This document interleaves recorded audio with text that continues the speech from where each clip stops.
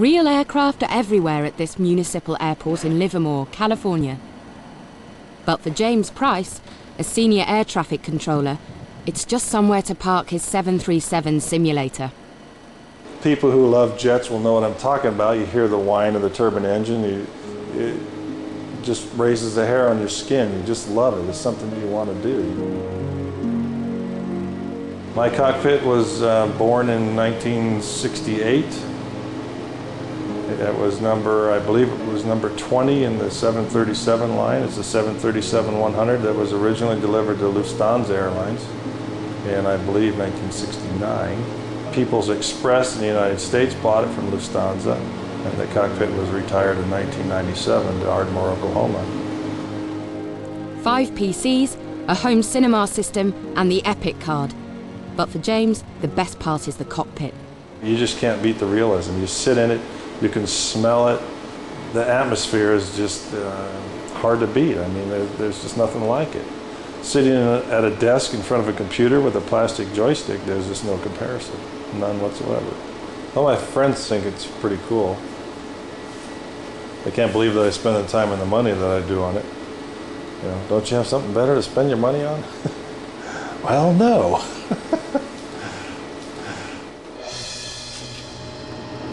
Ladies and gentlemen, we're number 1 for departure. Flight attendants, prepare for departure.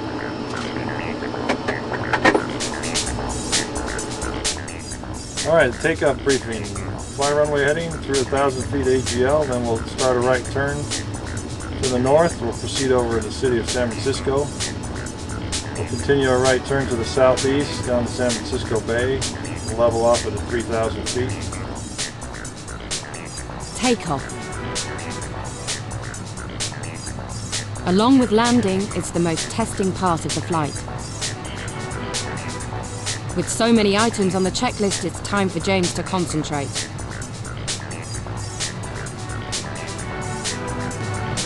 V1, rotate. V2. Positive rate, gear up.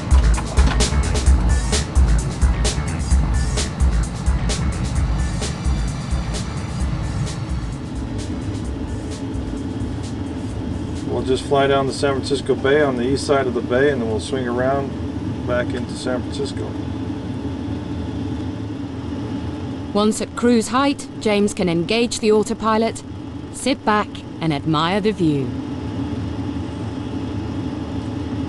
We're testing the autopilot systems, LNAV, altitude hold, etc. As we make our right turn, you'll see Moffett Airfield. Basically we'll head up the west side of San Francisco Bay, right up over Palo Alto, Silicon Valley basically, and straight on into runway 28 right.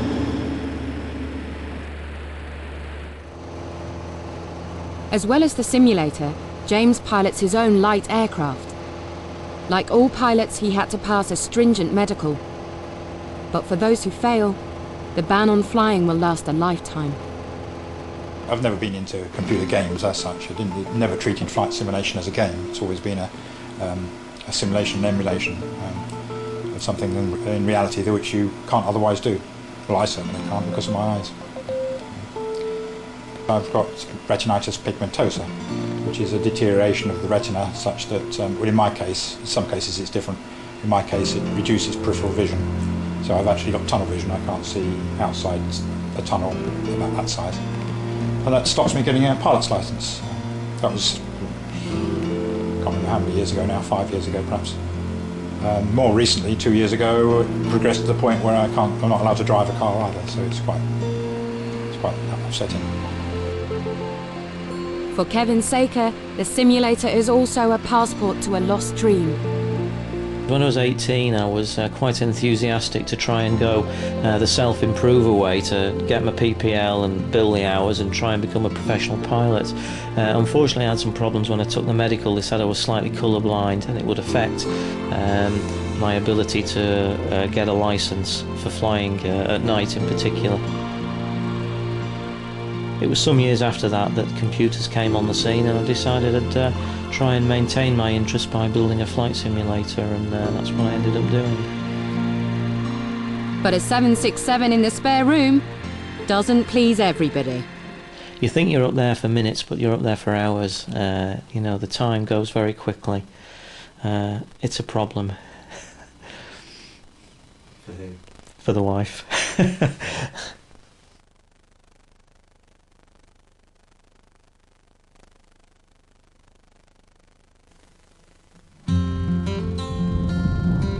Iowa is a rural state best known for its corn. But in this sleepy suburb, Janet Wittelsbach's basement has been hijacked by her husband, Matt.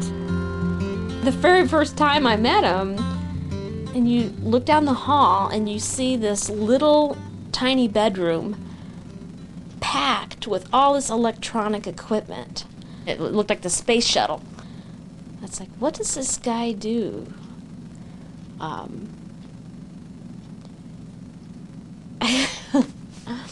And oh gosh. There's a speed brake.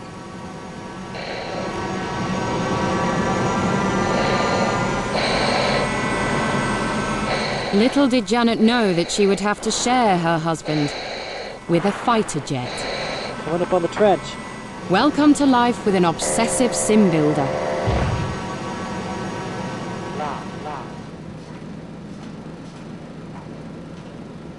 On their wedding day, the Wittelsbachs were all smiles.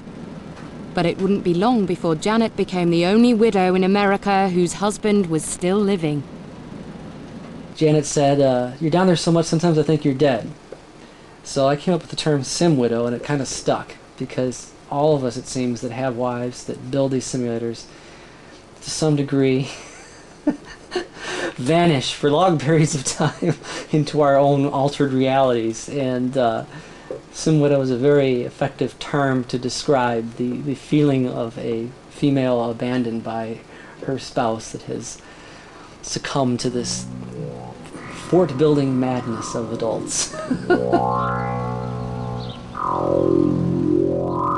I think the impetus to want to build a fort or a simulator or anything like that is that you have a vision in your head that you want to make into reality.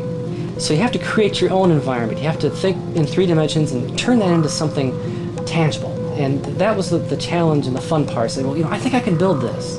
My grandmother worked for Collins Avionics for 40 years, and when I was a very little child, she brought junk home from the factory for me to play with, and I just loved it. In the Wittelsbach house, reality and fantasy meet at the top of the stairs. There's the upstairs, which I leave completely up to my wife, where no electronics are allowed, no aircraft parts. And then there's the basement. That's my world. And she's not allowed to clean it or modify it.